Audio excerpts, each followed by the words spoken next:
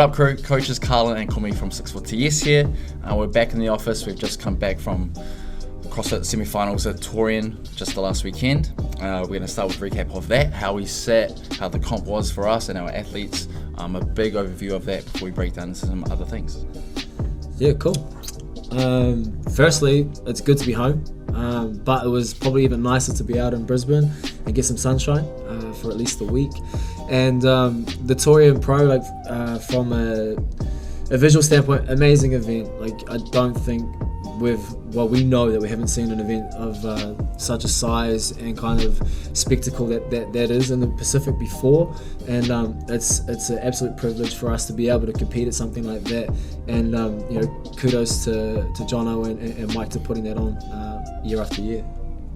Yeah, absolutely. I'm going to dive straight into just general vibe and feeling for the comp overall before we go into specifics of teams and our indies there. And same thing, the energy was on high across all heats, all divisions. They have the main elite competition going on inside the stadium, and they had a couple arenas outside where other competitions were going on as well. But the energy out there was the same as what was inside, and as the crowd kind of came in throughout the day for the indies, the energy just kept going higher and higher and higher.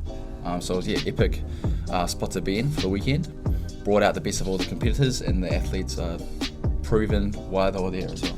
Yeah, I think it's cool to have such a spectacle in such an arena. The equipment's amazing. The floor is an epic floor. They do a good job there. And I think as the athletes are out there, they really feel like they're in the kind of battlefield that they deserve to be on. We know that CrossFit, it's still in its infancy stages, and it doesn't kind of get the kudos that it does deserve. And I believe that this is an event that does kind of shape up to how well athletes do in training, and then it gives them a better kind of want to put it into competition, especially with such a spectacle like that. Which kind of, it's a good segue for us to go straight into the events themselves, or rather than the events, but how we navigated our weekend. Carlin and I were coaching all weekend, so the teams were in the morning, the individuals were in the afternoon. We were handling about 20 odd people plus throughout the day, and so we were mostly in a bloody warm-up room all day, or outside, and just anything that we could do to make it easier on our athletes was all that we were there for, essentially. And yeah, this is just a little bit of a breakdown from our side of the coin, and just to give you an insight to how our athletes performed as well. Yeah, like Komi said, so we had 20 plus athletes. We had 4 teams competing there, and then the individuals as well. Sadly, 19 teams only competed there, not 20. One team had to miss out because of COVID reasons, couldn't get to the competition for the weekend. So there were 19 teams. We had 4 of them out on the floor. I think there was one instance where we had 3 teams in the same heat, so it's pretty cool to see. But yeah, the weekend kind of lent itself for us really well, whereas we could be in the warm-up area with the teams and the athletes, be there throughout the whole warm-up session, and when I got corralled into the heats, we could then go out onto the floor and then kind of coach from the side as well. So watch them do the event as well as being there warming up to it. And then between us, we could flip-flop between the teams and the individuals to make sure that all the athletes had one of us there in the warm-up area and out on the floor as well. So that worked out really nicely for us, just the way the scheduling was for the weekend and how they had the teams go in the morning. So we knew that they were set between this time and lunchtime for their events. Just meant that we didn't have to try and kind of divvy up or chop and change between athletes and have some miss out because of the schedule, and we just obviously can only be in one place at one time. So it worked out really nicely that we could do that for the teams, and then the same in the afternoon for the indies as well.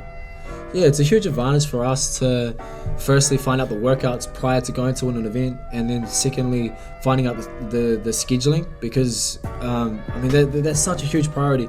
We've been in competitions before where they don't have the workouts to sometimes before you go out on the floor, and the scheduling. Now, at the very least, you can do a schedule. People's families and support systems go over, if they're in from different states or different countries and things like that, it helps them organize their days and what they can do and work around kids and etc. But for us, it's so fortunate that we were able to actually prepare our game plans, our warm-ups and things like that, understanding the logistics of equipment and gear that would be given to us in the warm-up areas before we even got there. So in the past, we've got into every single night of competition, only found out the next day's worth of events, say 7-8 p.m. at night, and we're busy typing up and writing things down for the next 4 to 6 hours and turning up the next day just pumping on coffee. So that was such a privilege for us to get that all early. And then like Carlin mentioned, I think we kind of hit our groove. We weren't sure of who. Essentially, it kind of fell into place about we started taking athletes individually to ourselves and having our own little hub, and then we were able to do the warm-up with those athletes. Obviously, they were having different time schedules to other athletes or teams, and so we would be able to warm up with the athletes, take them out to the floor as the other ones would come through with the other coach, do their warm-ups and go out to the same thing, and we were just crossing over all day. Sometimes we'd have a split shift that would both be out there, or would chop and change athletes, and it's such a privilege for us to have athletes that do respect us enough to allow us to do that, and that have enough trust in us to get them prepared and also share knowledge and information around game plans based on what we currently know, and then also the quick visuals that we get on site with equipment, etc. And I believe that we done a good job of getting our athletes prepared and primed for the workouts, and I think the results would speak for themselves mostly. Just to rewind a little bit and to touch on one of the teams not making it from Melbourne, which unfortunately went into lockdown only a couple of days prior to the competition. We have CrossFit our side from Melbourne that we're associated with as well, who weren't to fly out on the day of Thursday, caught wind that there may be potential lockdown coming. They flew out early on the Tuesday, and fortunately they got there because then 2 days later they would not have been able to leave Melbourne and get into the competition. And because they did, they were able to compete, and luckily enough we have Laura, who qualified for the CrossFit Games from this event, finishing second, and then also their team CrossFit our side finishing in third, nabbing their first team games spot as well, which is an absolutely huge achievement. Yeah, right on to them. And again, that's kind of just current state of the world, that if they had been stuck in Melbourne and have been in lockdown, then the team and Laura wouldn't have qualified for the game. So then another team would have got the opportunity, but that's the way things. And Frankston were in the same boat as well, and like their field of athletes, and there's probably others from Melbourne. So, and it just dilutes the competition. And I think CrossFit as such an integrity-filled sport, it's a type of sport where I believe truly that our athletes would want to be there facing the best competition and winning that way and earning the right, rather than, hey, I only got mine because of XYZ, weren't there, injured, sick, hurt themselves, blah blah blah. Or look, at the same time, you're not going to deny your own passage of right if you did earn it that way and other people weren't there. It's just an unfortunate event, but the fact of the matter is to be the best, you got to beat the best. And I believe that CrossFitters do share that mentality, and it's such a I don't really know the word. Like, it's a humbling thing to see. I know that people can corral and parade a little podium spot when 10 of the best weren't there, but at the same time, you've got to be there to win it. Yeah, absolutely. Well, let's talk about the teams who were there on the day. We'll go into our 4 as well. A little breakdown for those 4 teams individually, how how they were ranked going into it, what the results were, and some highlights for each of those teams across the weekend. Well, I'll start off with Team Indigo. So I believe, and it's not in stone, but I believe that they were the youngest team out on the floor in the weekend. We actually had one young girl who's only just turned 16 competing in the elite division, and we believe that she was the youngest competing athlete there. She could also have been competing in the teenagers event, which she had qualified for. So they had a total average age of 21, not training age, right? Or total combined age. They would all be 21 divided by 4 from 84, right? Anyway, Team Indigo, young guns, they turned up. They qualified, I think, in 13th. They finished around about the same spot. It was a mixed field of events for them. There were some things that highlighted individuals having to work, and unfortunately, and it's probably like for the most part for most teams, like it comes down to an individual's one weakness that can be exposed in a workout that's a detriment to the whole team's outcome, and we've seen that across many teams. But for the fact that these guys are so young and achieving at such a level, they're going to be exciting for years to come. Yeah, that'll be great to see. And yeah, they had a great weekend. If we go to the They were awesome. They were awesome. Yeah, they were awesome. And they had the coolest shirt, in my opinion. Yeah. Well, I think so. Yeah, I'd wear that. Yeah, I'd wear this shirt. Let's go from the youngest team to the most experienced team. Team Smoke. That's polite. 6'4" Army Smoke. In this team, multiple sanctionals athletes in there. All sanctional athletes. All sanctional athletes, yeah, who've been around for a little while. Also a Masters athlete who was qualified for the CrossFit Games, Tessa, who will be going this year to the CrossFit Games in their team. Oldest athlete on the elite field. Is that right? Yeah. So we're the youngest and the oldest. Yeah. With an average of 30? From 150? No. Yes.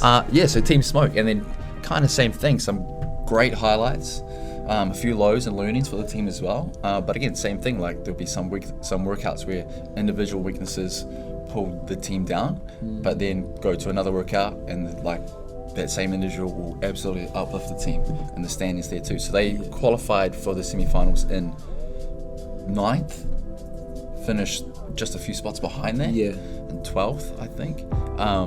But yeah, the weekend for them too. Some great. Yeah, and just like you say, like not to kind of emphasize the word weakness, but there was one movement in a different workout per workout that was a limitation to one athlete only out of 4 that caused detriment to their overall outcome. So to still come out with 12th rather, like if we didn't have that limitation there for those athletes, I mean that could have well and truly been a 3rd or 4th. Yeah, absolutely. But I mean, we're not here to speak what ifs. It's just that's how close it can be. You can be really it could be one specific skill, one specific weight lifted, that could be a damaging thing for the outcome of everybody. And that skill is kind of amplified or magnified by the number of events across the competition as well. Like, so there's 6 events for the teams.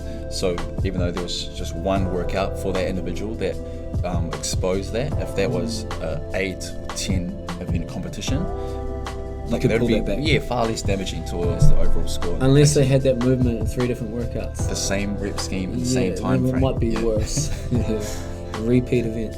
Here's a thought, maybe out there, if you're ever wondering. I've had a thought, what if we had a workout either in a competition or the open that week 1 was the same as the final week, or the first workout was the same workout as the final workout? Would you be for or against that? Everyone repeats a workout in the open, especially the first week, 2-3 times. You absolutely hate it. What would you do if it showed face again only 4 weeks later? Would you be happy, or would you be sad? Obviously, you'd know your score and outcome. If it was such an unbiased workout and it was fair to everybody, so it's not your favorite thing to do, is that something that's worth considering? Does the Crusader have that? Who knows? I don't know. Wink. Who's the next team? I felt awkward. Who's the next team? It's not me. I'm not a winker. Wink emojis. Next team. Team Steel. Team Steel. Oh, man, this is like Team Steel. That's our team. Team excitement right there. Yeah. So this team had the best entries. Had the best walk on the field entries. Yeah, thank you to Kendall Peterson. Do you know him? Just a little bit, okay. Unfortunately. Unfortunately. Yeah. We won't go into too much there because there's far too much I could say about that. But okay. We'll leave it at that. Everything great though. On to team. Team Steel. They're exciting to watch from day one, right from the start. They didn't kind of fly under the radar. They qualified in 10th place for the semi-final. Yep. Day 1 of events kind of worked pretty well in their favour, and they were up high on the leaderboard.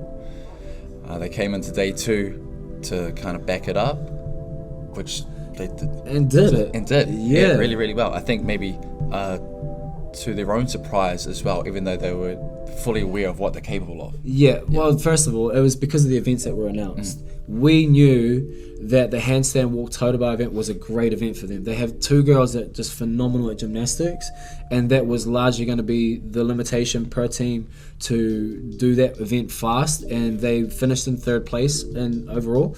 But then we knew that the total combined lift was going to skew that team a little bit, and it was even amplified amplified further by splitting a total team lift into 2 scores, males and then females. Like, yes, there's work-ons. We are working on them. It's such a young training age again. Shout out to Darcy who actually PR'd her clean and jerk at 100 kilos for the first time. So, that's nothing to skip over. Georgia as well, 100 kilo clean and jerk. She's been chasing that for a long time. We actually had, oh shivers, I'm going to jump the gun here. We had 4 females clean and jerk over 100, and then 2 individuals that actually finished the clean and jerk ladder. Yep. So back to steel. You go. So we knew in advance that some of the workouts were going to be well in their favour just because of their individual strengths. And just throughout training, we know that their team dynamic and chemistry was kind of like on point the whole way through as well. So that aspect of the competition was like working well in their favour as well. But then again, there were some workouts that maybe not that they didn't perform as well as they had in training or practiced, but just that on the competition floor, especially with the worm, it's just like the unknown was the unknown. And there were some things there that we could take some learnings from, not just for their team, but for all the teams as well. Yeah. It was real evident that in the worm workout, though, one person is getting destroyed a lot more than everyone else, and it's usually one of the males. It's usually the front person or the one that's calling. If you're the front person and calling, double whammy. Unlucky use. But like, it just is what it is. Yes, it absolutely it just is what it is. Adapt, adjust, and that's just something that, like, first of all, you can't, like, no one's out there not trying. So when you're on the sidelines and you're screaming, go harder, you need to work, you need to do this, please, they're trying. Everyone. I don't care if you're in this team, another athlete, individual, no one's not trying. So that's the first thing we have to understand. So sometimes words of calm is a better approach, counting people in. Sometimes stepping away from the workout for 30 seconds can benefit your workout. 6th Army Steel finished the weekend in 8th. Yeah, they went into the final day sitting in 3rd equal, sitting in a game spot, and finished. Well, 7th equal. Yes. Yeah, finished 7th equal. Great result. And these guys will be back for many years to come. Like, they're young, absolutely young. One of the members just turned 20 years old. Actually, if, let's say, they take out the worm event and they have a swim event, that team probably goes to the CrossFit Games. Yeah. So, I mean, it's up for interpretation. Again, there's a whole bunch of what ifs, but it really does come down to, like, how are the events written and who are they suited for? Right, swimming events, please. Yeah, more every event. So we're in the wrong spot. Yeah. There's Jim can swim. Yeah, absolutely. I hope there's a swim at every comp we go to. Every single comp. And I mean, it's a little bit to the side, but most larger or major comps now have a swim event in them, right? Especially if it's a multi-day competition, there'll be a swim component somewhere within that for a lot of the major or larger competitions we see nowadays. Here's the extent of our breakdown or analysis before we even go out. We didn't believe that there was swimming because of a logistical reasoning. You have an event stadium worth, let's say at cheapest, $40,000 to $50,000 per day, and so you're paying $300,000 max on the event venue hire itself. You may get sponsorships and etc. come in, but that's such a big cost to have. So when you get spectators to come in and there's no swimming pool there, why would you take your field of athletes off-site to a swimming event for 4 hours or half a day and have these people waiting here or having to travel out somewhere else, and then your vendors are a little bit upset because they don't have that type of eyes in front of them all day, every day. So we kind of knew from logistics alone, like, they don't want to lose out on that cost there.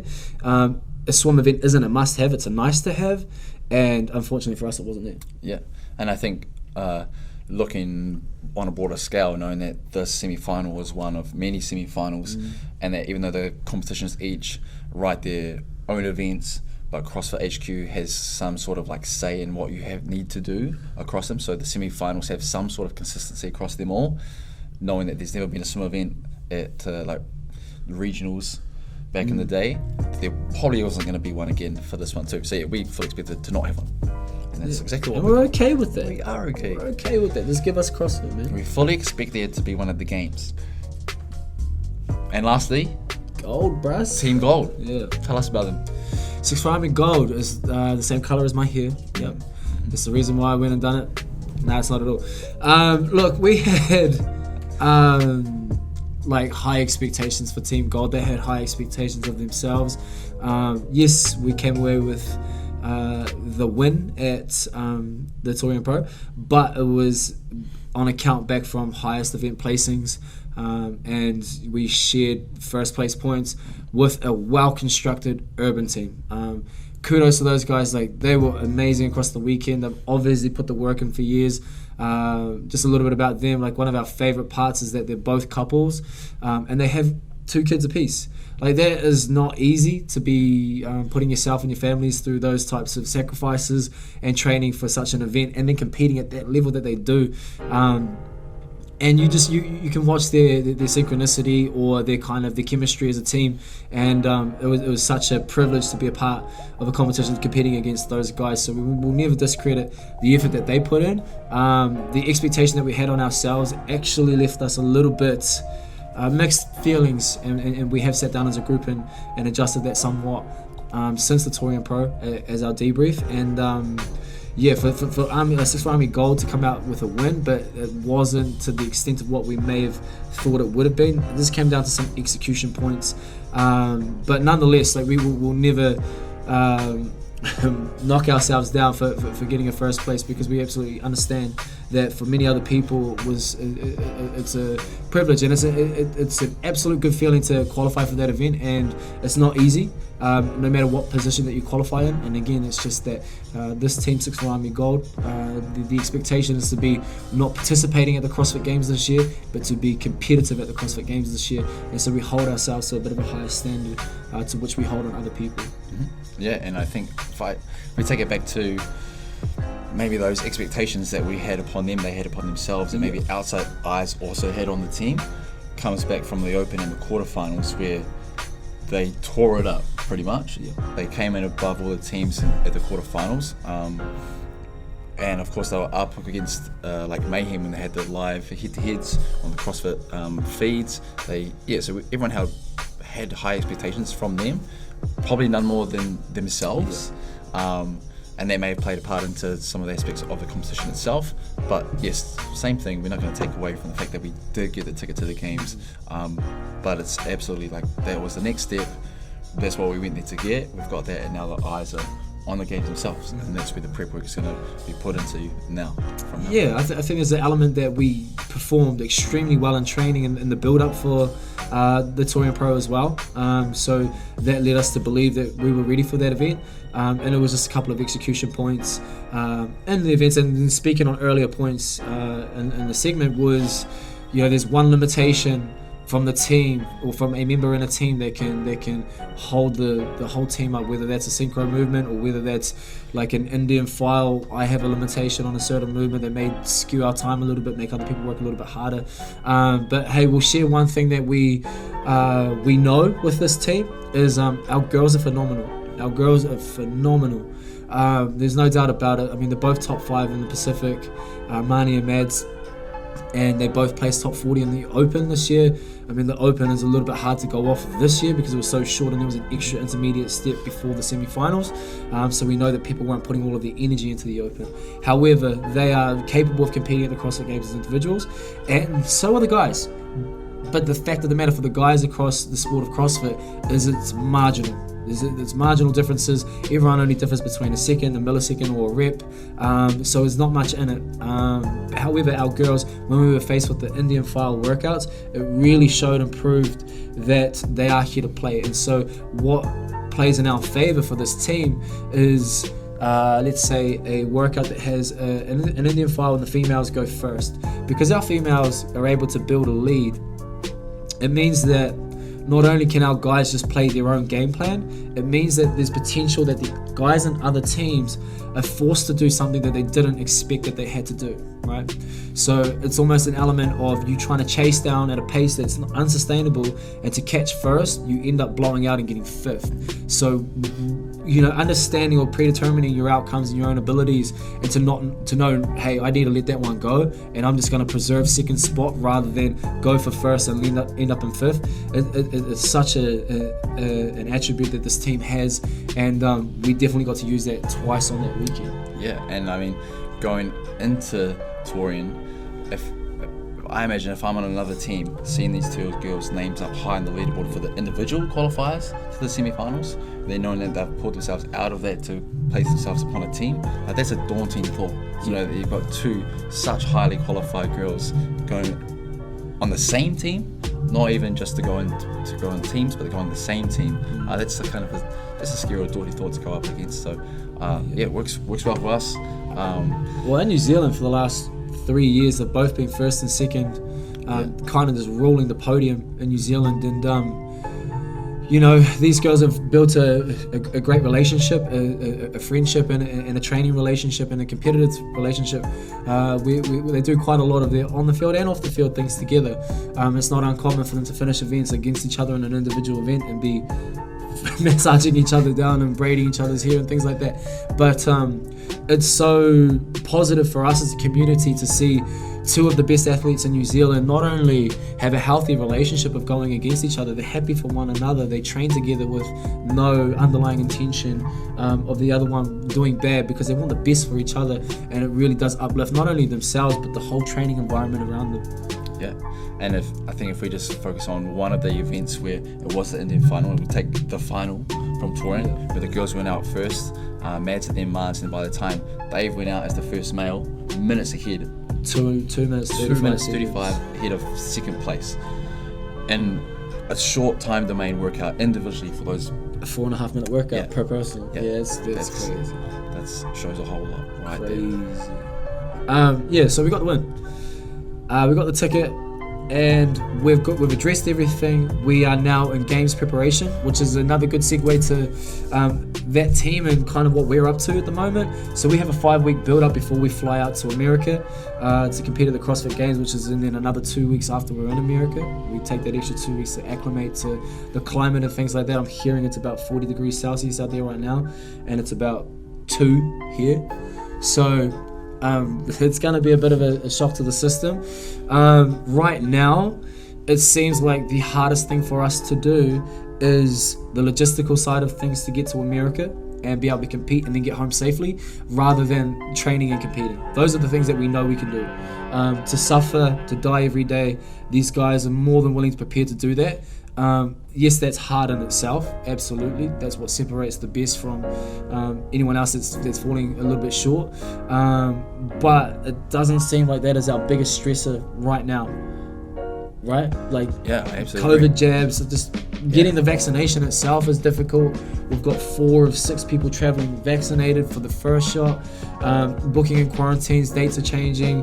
The world's a little bit just staggered at the moment, and so we're just trying to figure all of that out. Yeah, the admin of trying to figure out flights there where you can go, when you're going to come back to then quarantine and manage isolation here, whether we have to do that for a different country and then come through safe travel bubbles after that quarantine.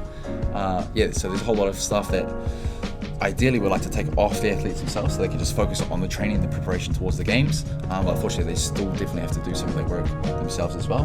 And then there's the whole financial side of that too, because obviously it's a big cost for one person to travel for that period of time, not only for the direct cost of flying there and accommodation and that, but it's just you have to live there as well as maintain your life back at home as well. You don't just all of a sudden don't have to pay your mortgage for 6 weeks or don't pay your rent for 4 weeks because you're away. So there's a whole lot going on. Which is a good little wee piece there to just put a wee plug in there. Like, if you're out there and you have the ability to join as a partnership to be able to sponsor something sort of financially for this, we'd love to hear from you. We have things that we can do to benefit both parties, but the fact that financials are a real big consideration to get out to the States. I think it's going to be collectively around a $70,000 trip plus. So It's huge demands there, but it's one that we're taking on. It's a lifetime opportunity, and we will be there. We'll figure it out for sure. Everyone's prepared for that. Yeah. All right. Should we go to? Let's do a movement breakdown, eh? And let's do that. Today's the toaster bar. The toaster bar. The toaster bar. The toaster bar. I'm going to start off by saying that there's 3 main variations of the toaster bar that we could potentially perform or complete. What are those? They are, I would say them, straight-legged toaster bar. Straight-legged. Yeah. You could do a knee tuck and a foot flick toaster bar. Correct. And then the scoop toaster bar. Scoop toaster bar. And that order also places them in kind of slowest to fastest of rep cycling speed. Yeah. In that order. And it's going to determine who you are as an athlete and how well averse you are in those movement patterns to decide what movement style you will do in that, and then also rep scheme in the workout as well. So we know that we have people here that can hold onto the bar, scoop down and come straight back up. That's the quickest style of toaster bar. Yes, it's going to be more core activation. Yes, it's going to be a little bit more lat activation on the pull down, but it's going to be the fastest. It's not the most efficient. And then like Carlin mentioned, you've got long legs, toes hitting the bar. It looks the prettiest. Technically it looks great, but it's also a little bit inefficient because you're using so much more energy to do that and collapse the hip joint. But the most common and preferred one, long arch kip will never differ between those last 2 mentioned, but then the knees and then toe flick at the end. I think that the most important part on that movement pattern in particular is the toe flick and then extending the leg long to reach that arch position again. A lot of people will toe flick and then bring that down in that bent position, and we know that gymnastics is about beautiful long lines, and you're going to miss that line if you keep those knees too close to the body. Yeah, and we see all the time that as athletes do that, the timing starts to go a bit wayward, and then after reps maybe 4, 5 or 6, the timing of their kip action isn't consistent, so then they'll have to come down at some point soon to restart, because otherwise they'll just get further and further from where they need to be. The 3 different styles kind of depend on who you are as an athlete, what your mobility is like with flexibility, because like I certainly can't do beautiful long leg. Well, you could. I could for 3. Yeah. But any more than that, I just can't maintain it. Lots of people can't do that. I certainly can't. Well, if you're someone who can sit on the ground with your legs together long in front of you and fold forward, that's good for you. If you know that you've got knee mountains, if you're doing that, your knees are bent on the floor as you fold forward, that's knee mountains. For you. That's a term that they use in gymnastics. Knee mountains. For 5-year-olds. Yeah. Yep, eclipse. What would be, say, 3 main points that you're looking for in a toaster bar? I'm looking for, outside of points of performance of making my toes hit the bar, I'm looking for a beautiful arch position. So I'm nice and long in that arch position there, and then I'm looking for the drive from my arms, my shoulders, my lats as I pull down to then come forward with my knee flick, my knee tuck, and then toe flick. Okay, so beautiful arch position before I come through. And mostly I'm just wanting the timing to be consistent, rep to rep to rep to rep to rep. Yeah. Whether that I'm jumping up for a set of 5 or jumping up for a set of 40, I'm hoping that the timing into the arch position is the same consistently the whole way. I think, they're all beautiful points, so I won't go too much further. I'm just going to add to one point, is the pull down on the bar, pulling down to such a point where you're trying to create as much space between your shoulder and the pull-up bar that your hand is on top of, because that's going to allow you the space and room here to be able to kick your knees and toes up, right? If I leave this bar here in my position, I haven't pulled down far enough, I've now got to bring my legs all the way up here to reach that, and that kind of looks back upon the nice hip flexors, the uses of hip flexors, and the beautiful flexible hamstrings to be able to do so. So make sure that wherever you are in that repetition, set or whatever, that you are always trying to pull down as hard as you can. You're going to make yourself the easiest possible way to create room to be able to touch the bar. Beautiful. All right, moving on to the final piece that we're going to have for today is a workout breakdown, and this is a workout from the Torian Pro, and the reason why we chose this is because of the formatting of this workout. It's a 3 minute on, 1 minute off. You have to accumulate X amount of reps, or in this case it was pull a sled for distance. We'll explain the workout in a second. But the formatting of this workout has a different pathway to be able to complete or approach this workout. So the specific workout, oh man, there's X amount of meters to be performed on the ski erg.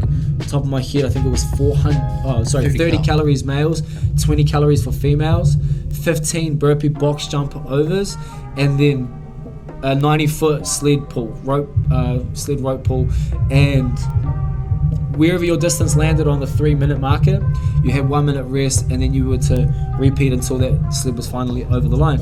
What we did see was this event was able to be completed in 2 sets. However, some people were doing all 4 sets or getting capped, and there are just a couple of different approaches to doing this event. Yeah, so the buy-in consistent throughout each round, the calories on the ski erg and then the burpee box jump overs. The most successful athletes would perform their calories in the 1 minute to 1 minute 12 mark. A couple of them went a little bit hotter than that at the start, but it kind of didn't pay dividends for them in the long run. So those who kind of pulled back a little bit, skiing at like 90-95%, and then going on to the box jumps, so you could immediately go perform the burpee box jumps at a smooth, consistent, but still urgent pace. Gave them enough time, or the most time, to then perform the sled pull at the end of their 3-minute interval. Now the workout's got quite a few components of it that you could talk about, the movements being one, the time format again being another, and how that plays into some athletes' strengths and others not so much. So let's do exactly that. Yeah. Well, first of all, looking at this workout, we had, like, in practice, a male and a female go side by side at this workout before we even got to the event. The first thing to note is you cannot compare a male versus a female in this event, because 10 calories on a ski erg is vastly different, right? So you can only compare, for this type of breakdown, males versus males and females versus females. For us, when we program and design, usually the females' calories on any given machine is around 80% of that of a male's. However, this one was a bit below that. It was only 66% of that. So you kind of can only specify females versus females, males versus males, which gives you different game plans altogether. So you're not going to give the same game plan to one person or to the male and female, because they're largely different. For us, we knew that, hey, we're not going to expend all of our energy on the ski erg or the burpee box jumps or the first round. We need to feel this out. We need to have enough in the tank to decide in that second round, hey, are we close enough? Do we push that target? Because we could probably give an extra 10% in the second round. Or if we go 100% in the first round, we're only going 80% in the second round. And then we're getting negative split drop-offs every single time. Like Carlin said, keeping the burpees consistent but urgent, like, that's a very fine line and a funny interpretation. The way that we had our athletes do our burpees, and because of the hands on the box, we were fast on the deck, off the deck, and then controlled over the box, because that's when you're most stood up tall and being able to get oxygen into your airways and take that moment of calmness to breathe. However, when we're on the ground, we're using that springy stretch reflex out of the muscles, the triceps and the anterior delts, just to get off the ground.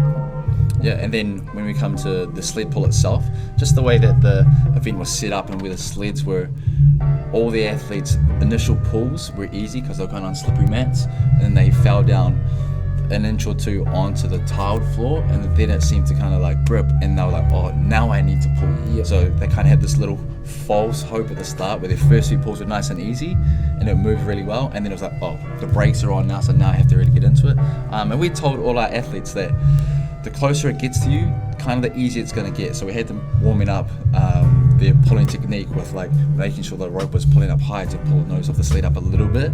And of course, when it's down the end of the lane, you can't get much angle on the rope, but the closer it gets, the angle can come higher and higher. So the last third of their whole pull is far easier on you than the first third. So there's little intricacies like that we saw. There was a couple we'd like to be in this lane compared to that lane. That's a point we could talk about too. Well, we'll just brush that real quick. Like at events, it's just unfortunate. Every time out, there's going to be one station that's not as good as other stations. It just is what it is. Yes, there's room for discussion on fairness and potentially disputing that matter. So lanes, in this one specifically, the end lanes of the event, for whatever reason, whether it was the sleds or the tiles, they weren't shifting that well. And then what we noticed was lane 5 as well. And I think it's a little bit skewed because myth busted, we were in lane 5 and we won the event. Yeah. However, that event was so good for our athlete, we believe she worked 20% harder and still won it. But I'm not convinced that that lane was as equal part to the other lanes. Nor I don't think that they purposefully had like faster lanes. It just sometimes it's just the way it's drawn up, and that's the way that you fall into a lane. And whether or not it's up to you to dispute, the outcome. Yeah. With the construct of the event itself, so you have a 1 minute rest period for this specific event. There are things that you can do in that 1 minute rest that can advance your workout forward without doing a single repetition. There's a huge coil of rope that you've just pulled. Get all of that and throw it out of the way, so when you come back down next time, you don't have to deal with that in your working time frame. You can then have a chalk brought down with you that you are chalking up your hands on the way back, so as soon as you start ski erg, you have chalky hands. And on your way down, placing that chalk kind of around like halfway after the box, so then when you finish your burpee box jump overs, you're picking up that chalk, and by the time you get to the rope, you don't need to chalk for 5-6 seconds, because that diminishing time frame window of your working time, you've already got it, and by the time you get there, you can pull on your rope. Yeah, just little tricks that you can do that absolutely are advantageous for you to go and like progress your workout forward in your rest period, where everyone else is thinking kind of you're at a standstill. Just get the oxygen in to prepare for the next one. The formatting of this workout I really enjoy. We love it. Yeah, we love it. It's like we train that way, or we program that way for our athletes quite often, for the interval work with set rest, and this way it entirely again depends on the athlete and what they're capable of. And if we bring it down from the elite levels, if you're doing it in class, as an individual, how you plan to attack their workout can entirely differentiate from somebody else because of your different abilities. So if you know that you're a pretty aerobic athlete and 1 minute's rest is enough time for you, you can push the pace a little bit more in your 3 minutes. But if you know, especially if you're going to go for the full 4 rounds, and so you've got 12 minutes of work with 3 minutes of rest in that, how your body's going to react and how you know you're going to be after 6 minutes or 9 minutes, you have to pull it back from there. So some athletes might have to pull way back to 60% at the start, knowing that they're going to do 3 or 4 tire intervals of it with those minutes rest, where some can recover sufficiently enough within the 1 minute to go again at the same intensity that they have to first. It is a funny one, because like you said, it's advantageous for an aerobic based athlete who can recover in 1 minute and get back to kind of baseline, but then also this event is such short in time and heavy enough that the big boppers can come out and work only 2 short bouts and get it done. And because their diminishing return isn't so much, so I might do 60% in the first one and I only have to do 40% of that length in the second one, albeit that 40% is easier than the first 60 because it's closer, but I'm only operating on 80% at this point. I have enough in the tank to get that over the line. Yeah, so that's why I love the format better, because it brings out so many different aspects of strategy and ideas rather than just the movements as well.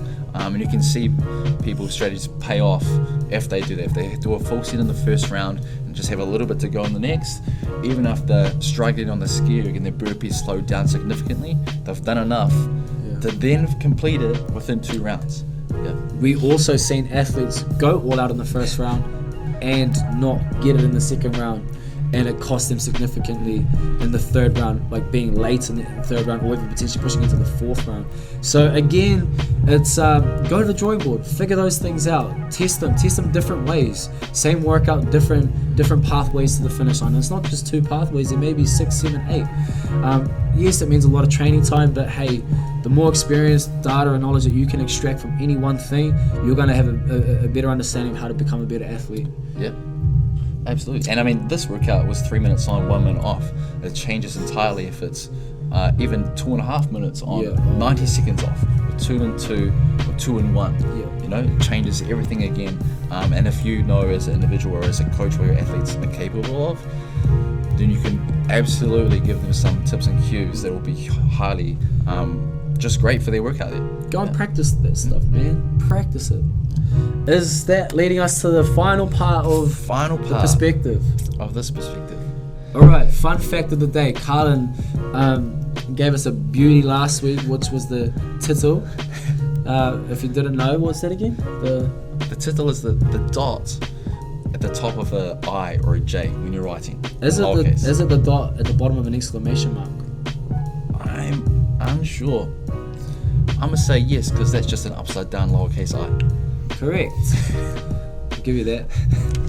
All right.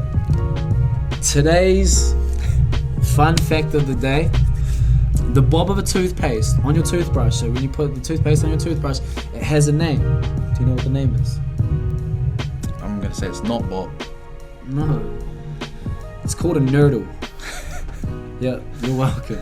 You can use that one. Nurdle? If you do use that one, please tag me, reference me. I'd love to have that clout. Fun fact, it was actually disputed in court over two different toothpaste companies about who actually created that term and who could advertise that first, but I'm not sure who those two companies were. I wasn't a part of that conversation. A nurdle, toothpaste on a toothbrush. I'm gonna get you next time. Yeah, you got us, man. All right, that's us. Signing out.